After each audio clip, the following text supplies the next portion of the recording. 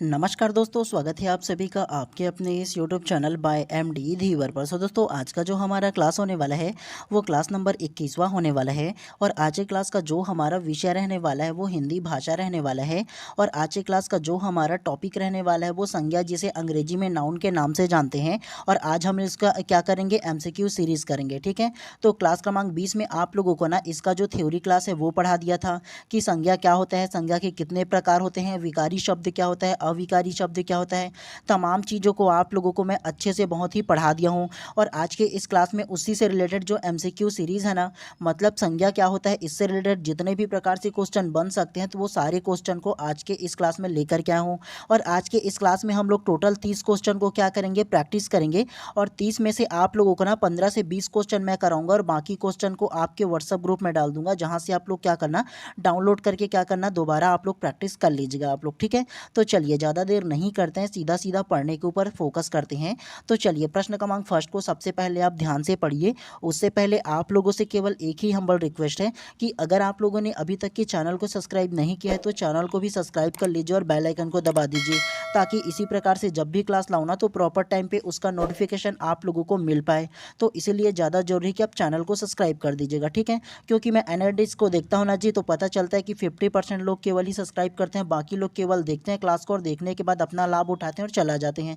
तो इसीलिए बोलता हूँ कि कर दिया करो महोदय, ताकि मेरे को भी क्या होगा, मेरे को भी मोटिवेशन मिल पाए, ठीक है। चलिए पढ़ने के ऊपर फोकस करते हैं, बाकी आप लोगों की इच्छा है वो। प्रश्न क्रमांक फर्स्ट को ध्यान से पढ़िए। संज्ञा किस प्रकार का शब्द है? ऑप्शन ए अविकारी, ऑप्शन बी विकारी, ऑप्शन सी निर्विकारी या ऑप्शन डी उपरोक्त में से कोई नहीं।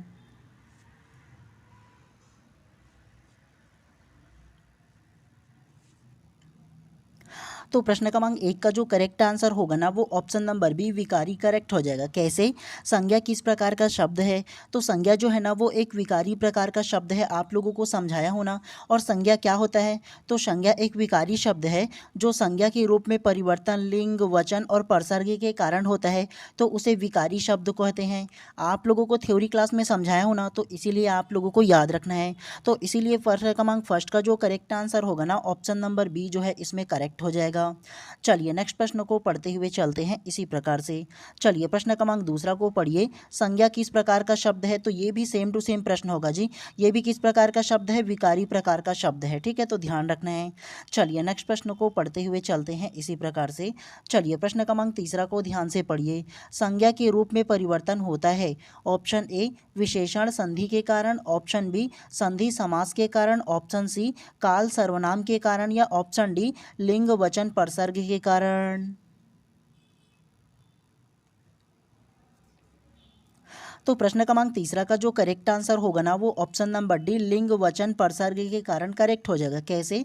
संज्ञा के रूप में परिवर्तन होता है, तो संज्ञा के रूप में जो परिवर्तन होता है वो लिंग वचन प्रसर्ग के कारण ही ना होता है जी, जिसे हम लोग विकारी कहते हैं। आप लोगों को अभी जस्ट बताया हो ना, तो इसीलिए प्रश्न क्रमांक 3 का जो करेक्ट आंसर होगा ऑप्शन नंबर डी जो है इसमें करेक्ट हो जाएगा। चलिए नेक्स्ट को पढ़ते हुए चलते हैं। तो प्रश्न क्रमांक चौथा को ध्यान से पढ़िए। अर्थ के विचार से संज्ञा कितने प्रकार की होती है? Option A 4, option B 5, option C 6 या ऑप्शन डी 7।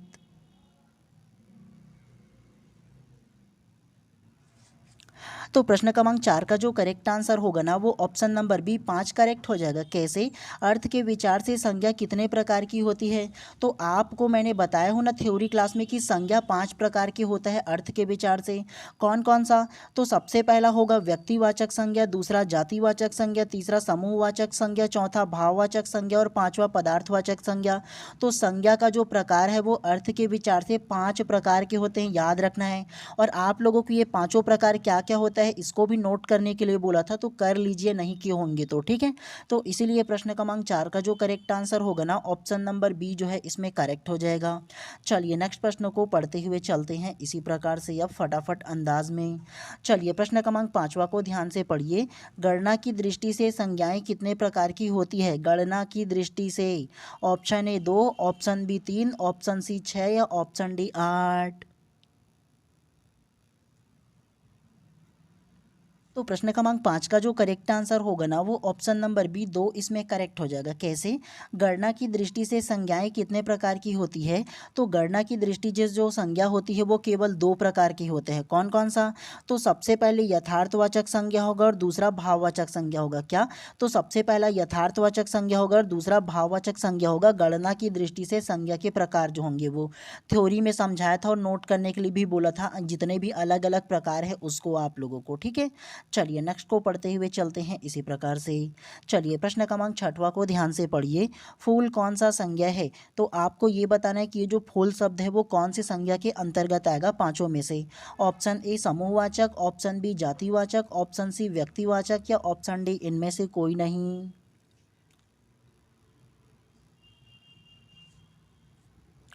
तो प्रश्न क्रमांक 6वां का जो करेक्ट आंसर होगा ना वो ऑप्शन नंबर बी जातिवाचक करेक्ट हो जाएगा। कैसे? फूल कौन सी संज्ञा है? तो अगर आप फूल का उच्चारण करते हो, फूल बोलते हो, तो फूल से आपको क्या समझ में आता है?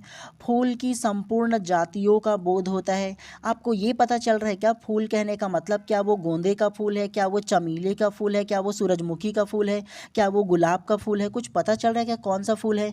फूल की संपूर्ण जाति का बोध हो रहा है ना फूल कहने से। तो जिस शब्द से आप लोगों को किसी के संपूर्ण जाति का बोध होना, तो वो जातिवाचक संज्ञा कहलाएगा। जैसे डॉक्टर हो गया, वकील हो गया, जज हो गया, तो ये डॉक्टर की संपूर्ण जाति का बोध कराता है ना। तो फूल भी क्या करा रहा है? संपूर्ण जाति का बोध करा रहा है। कोई एक स्पेसिफिक फूल का पता चल रहा है क्या? नहीं।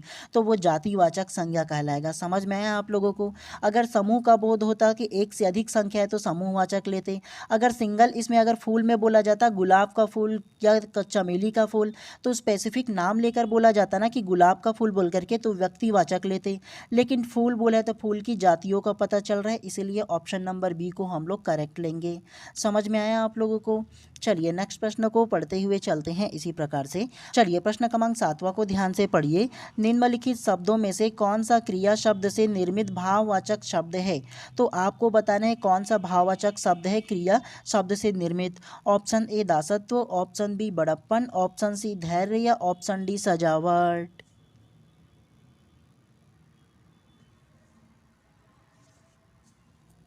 तो प्रश्न क्रमांक 7वां का जो करेक्ट आंसर होगा ना वो ऑप्शन नंबर डी सजावट इसमें करेक्ट हो जाएगा। कैसे?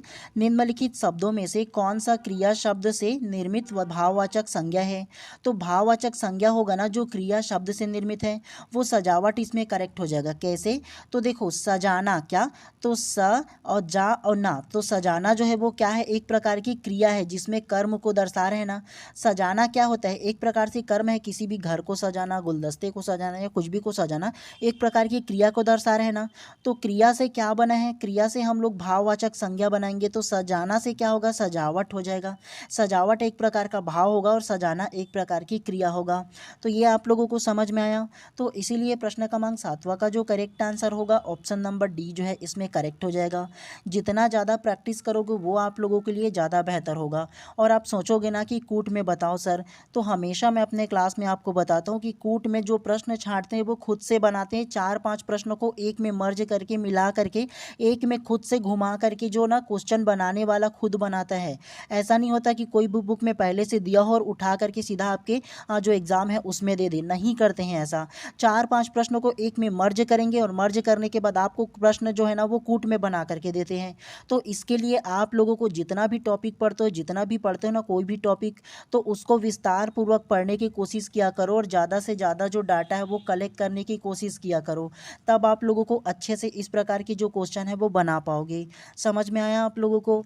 चलिए प्रश्न क्रमांक 8वां को ध्यान से पढ़िए। भारत शब्द संज्ञा के निम्नलिखित में से किस प्रकार को बतलाता है? तो आपको बताना है ये जो भारत है ना वो किसको बतलाता है, आपको ये बताना है। ऑप्शन ए भाववाचक, ऑप्शन बी समूहवाचक, ऑप्शन सी जातिवाचक या ऑप्शन डी व्यक्तिवाचक। तो प्रश्न क्रमांक 8वां का जो करेक्ट आंसर होगा ना वो ऑप्शन नंबर डी व्यक्तिवाचक इसमें करेक्ट हो जाएगा। कैसे? भारत शब्द संज्ञा के निम्नलिखित में से किस प्रकार को बतलाता है? तो ये जो भारत शब्द है इससे आपको क्या पता चलता है? अगर मैं भारत बोलूँ तो आपको अपने कंट्री, अपने देश के बारे में तब पता चलता है ना कि इंडिया जो हमारा देश है उसके बारे में पता चलता है ना जी। तो इससे क्या है, भारत दुनिया में केवल एक ही है ना, तो वो जो एक होगा वो क्या कहलाएगा? व्यक्तिवाचक के अंतर्गत आएगा। अगर केवल देश बोलते तो हम लोग क्या ले लेते? देश बोलते तो हम लोग पूरा उसका जातिवाचक ले लेते, लेकिन क्या है भारत करके स्पेसिफिक बोला है। तो कोई भी स्पेसिफिक चीज़ के बारे में अगर बताए जो दुनिया में एक ही है तो वो व्यक्तिवाचक संज्ञा के अंतर्गत आएगा। तो इसीलिए प्रश्न क्रमांक 8 का जो करेक्ट आंसर है ऑप्शन नंबर डी जो है वो करेक्ट हो जाएगा। है कि नहीं ईजी, आप लोग ये बताओ। बहुत ही ज़्यादा ईजी है जी, कोई भी प्रकार से टफ नहीं है ये। चलिए प्रश्न क्रमांक 9 को ध्यान से पढ़िए। झुंड, मेला आदि शब्द संज्ञा के किस प्रकार का उदाहरण है? ऑप्शन ए व्यक्तिवाचक, ऑप्शन बी जातिवाचक, ऑप्शन सी समूहवाचक या ऑप्शन डी पदार्थवाचक। आंसर को देख करके लेने की आवश्यकता नहीं है, आप केवल अपने आप में ना क्या करो, समझने की कोशिश करो। एग्जाम में आपका आंसर नहीं दिखाया जाएगा जो इसमें थोड़ा बहुत दिख जा रहा है, ठीक है। चलिए बताइए क्या आंसर होगा।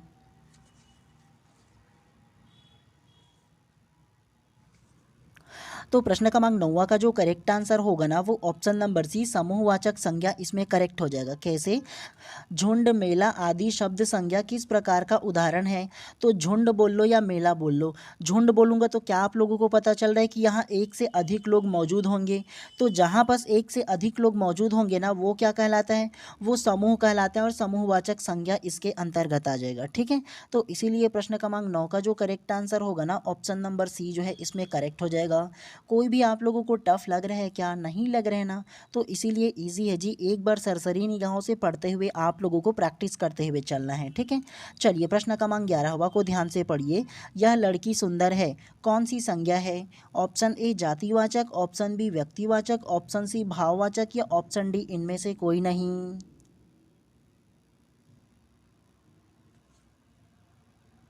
तो प्रश्न क्रमांक 11 का जो करेक्ट आंसर होगा ना उसको व्यापम के द्वारा विलोपित कर दिया गया था। ये जो क्वेश्चन है उसको क्यों? क्योंकि देखो इसमें बोला गया है यह लड़की सुंदर है कौन सी संज्ञा है, तो पूरे सेंटेंस को बोला है ना। तो आपको ये बता दूं ये जो लड़की इस शब्द में लिखा है ना तो लड़की जो है वो जातिवाचक संज्ञा में आ जाएगा, लेकिन सुंदर ये जो है ना वो किस में आएगा, तो गुणवाचक विशेषण में आ जाएगा। अगर प्रश्न ये रहता ना कि यह लड़की सुंदर है, इसमें जो लड़की शब्द है वो कौन से संज्ञा के अंतर्गत आता है, तब हम लोग क्या लेते, हम लोग लेते जातिवाचक संज्ञा को लेते। लेकिन ये पूरा सेंटेंस को बोला है तो इसमें क्लियर नहीं हो पा रहा है, इसके वजह से व्यापम ने इस क्वेश्चन को विलोपित कर दिया है, ठीक है। तो ये बात आप लोगों को ध्यान रखना है इसके लिए। चलिए नेक्स्ट प्रश्न को पढ़ते हुए चलते हैं इसी प्रकार से। चलिए प्रश्न क्रमांक 12 को ध्यान से पढ़िए। सीता सुंदर लड़की है कौन सी संज्ञा है? ऑप्शन ए व्यक्तिवाचक, ऑप्शन बी जातिवाचक, ऑप्शन सी भाववाचक या ऑप्शन डी इनमें से कोई नहीं। तो प्रश्न क्रमांक 12 का जो करेक्ट आंसर है ना उसको व्यापम के द्वारा विलोपित कर दिया गया था। क्यों? क्योंकि इसमें बोला गया है सीता सुंदर लड़की है कौन सी संज्ञा है। तो देखो पूरा सेंटेंस को बोला गया है ना कि सीता सुंदर लड़की है। अगर किसी स्पेसिफिक एक शब्द को बोला होता या सीता को या सुंदर या लड़की को ना तो हम लोगों को पता चलता, लेकिन देखोगे ना तो सीता जो है वो क्या है, तो वो व्यक्तिवाचक संज्ञा के अंतर्गत आता है। सुंदर जो है वो एक भाव में आ जाता है या फिर उसमें क्या है विशेषण में आ जाता है। उसके अलावा लड़की जो है वो क्या आएगा, वो जातिवाचक संज्ञा के अंतर्गत आएगा। तो एक प्रश्न में डबल डबल आंसर सही हो रहा है, इसके वजह से ना व्यापम ने इस क्वेश्चन को विलोपित कर दिया था।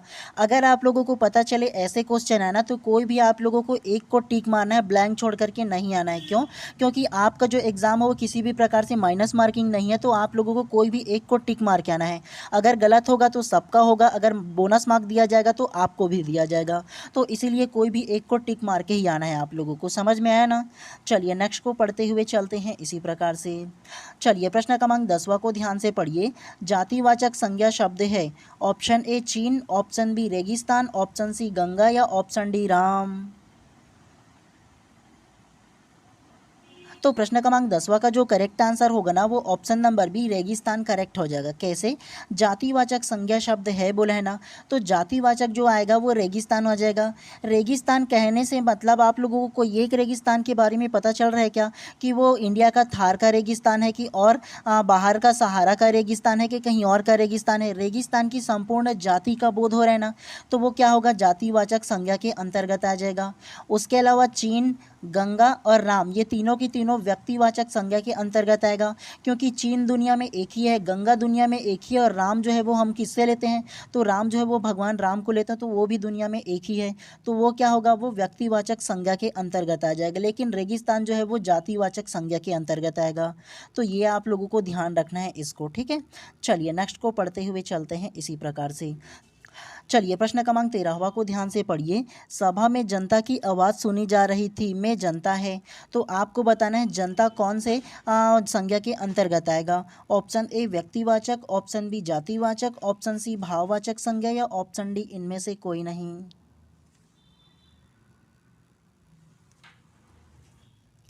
तो प्रश्न क्रमांक 13 का जो करेक्ट आंसर होगा ना वो ऑप्शन नंबर बी जातिवाचक संज्ञा करेक्ट हो जाएगा। कैसे? सभा में जनता की आवाज़ सुनी जा रही थी, में जनता है। तो ये जो जनता है वो कौन से संज्ञा के अंतर्गत आएगा? तो वो जातिवाचक संज्ञा के अंतर्गत आएगा। कैसे? तो जनता, जनता से आप लोगों को क्या पता चल रहा है कि वो जाति को बता रहे हैं ना जी, जनता की संपूर्ण जाति को बता रहे हैं ना, तो इसीलिए ये जातिवाचक संज्ञा के अंतर्गत आ जाएगा। क्यों? कि जो संज्ञा किसी जाति का बोध कराता है, क्या? तो जो शब्द किसी जाति का बोध कराता है उसे जातिवाचक संज्ञा कहते हैं। जैसे आप लोगों को एग्जाम्पल में बताया था ना, जनता, शिक्षक, पर्वत, लड़की, लड़का, ये पूरे के पूरे जाति का बोध करा रहे कि वो कौन सी जनता है। आप लोगों को पता चल रहा है क्या? इलेक्शन की जनता है, कि कोई और कहीं असेंबली बैठा है वहाँ की जनता है, कि जहाँ पर कोई सेलिब्रिटी जाता है उसको भी तो ऑडियंस जनता ही बोलते हैं ना जी। तो कौन सा जनता है आपको पता चल रहा है क्या? नहीं ना, संपूर्ण जनता की जातियों का पता चल रहा है कि इलेक्शन हो रहा है तो वहाँ की जनता अलग होता है, कोई सेलिब्रिटी आया है तो वहाँ देखने वाले को भी जनता बोलते हैं, अगर कुछ और कार्यक्रम का आयोजन किया गया है तो वहाँ का जनता अलग होता है। तो इसलिए जनता जो होगा ना वो जातिवाचक संज्ञा के अंतर्गत आएगा। ये आप लोगों को याद रखना है इसको, ठीक है। चलिए नेक्स्ट को पढ़ते हैं। प्रश्न क्रमांक 14 को ध्यान से पढ़िए। विजयदशमी संज्ञा का कौन सा भेद है? ऑप्शन ए व्यक्तिवाचक, ऑप्शन बी जातिवाचक, ऑप्शन सी समूहवाचक या ऑप्शन डी भाववाचक। तो आपको बताना है कि ये जो विजयदशमी शब्द है ना वो कौन से संज्ञा के अंतर्गत आएगा, आपको ये बताना है।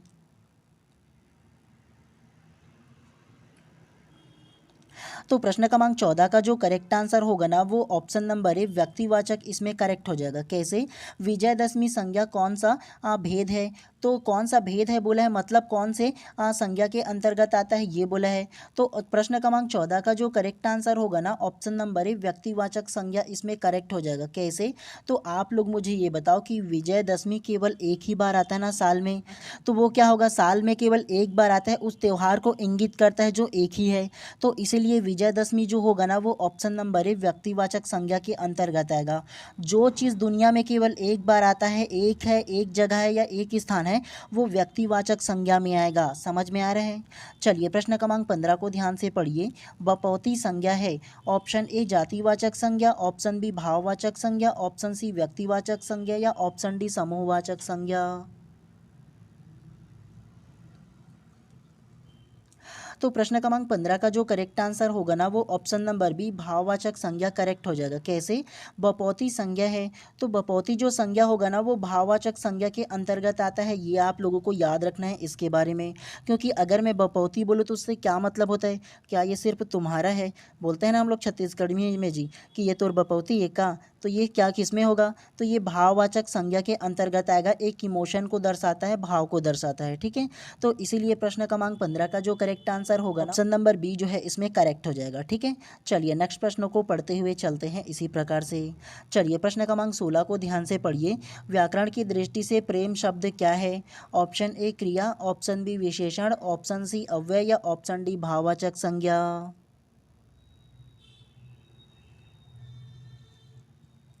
तो प्रश्न क्रमांक 16 का जो करेक्ट आंसर होगा ना वो ऑप्शन नंबर डी भाववाचक संज्ञा करेक्ट हो जाएगा। कैसे?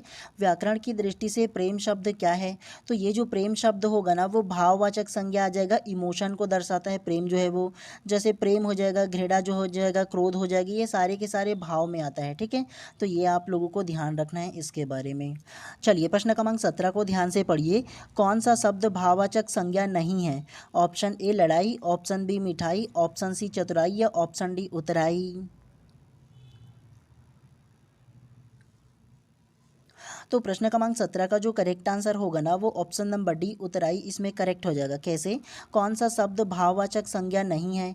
तो भाव को जो नहीं दर्शाता ना, इमोशन को, वो ऑप्शन नंबर डी इसमें हो जाएगा उतराई। उतराई का मतलब नीचे उतरना हो जाता है ना जी, तो ये इसमें आ जाएगा। बाकी लड़ाई, मिठाई और चतुराई ये तीनों के तीनों भाव को दर्शाता है ना, आपके इमोशन को दर्शाता है ना। तो इसीलिए प्रश्न क्रमांक 17 का जो करेक्ट आंसर होगा ना ऑप्शन नंबर डी जो है ना वो भाववाचक संज्ञा नहीं है। चलिए नेक्स्ट प्रश्न को पढ़ते हुए चलते हैं इसी प्रकार से, इसी अंदाज में। चलिए प्रश्न क्रमांक 18 को अब ध्यान से पढ़िए। कौन से वाक्य में अच्छा पद संज्ञा है? ऑप्शन ए, वह अच्छों के साथ रहता है। ऑप्शन बी, वह अच्छा बच्चा है। ऑप्शन सी, वह अच्छा लिखता है। या ऑप्शन डी, अच्छा कल आ जाना। तो कौन सा इसमें अच्छा पद होगा, मतलब सही जो वाक्य है वो आप लोगों को बताना है।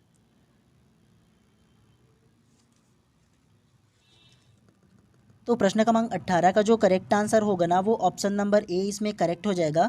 वह अच्छों के साथ रहता है करेक्ट हो जाएगा। कैसे? कौन से वाक्य में अच्छा पद संज्ञा है? तो अच्छा पद संज्ञा होगा ना, या जो करेक्ट सेंटेंस होगा, जो वाक्य होगा, वो ऑप्शन नंबर ए हो जाएगा। वह अच्छों के साथ रहता है करेक्ट हो जाएगा इसमें, ठीक है। तो इसीलिए प्रश्न क्रमांक 18 का जो करेक्ट आंसर होगा ना ऑप्शन नंबर ए जो है वो करेक्ट हो जाएगा। चलिए नेक्स्ट प्रश्न को पढ़ते हुए चलते हैं इसी प्रकार से। चलिए प्रश्न क्रमांक 19 को ध्यान से पढ़िए। पंडित शब्द की भाववाचक संज्ञा क्या है? ऑप्शन ए पंडित्य, ऑप्शन बी पंडिताऊ, ऑप्शन सी पंडा या ऑप्शन डी पंडिल।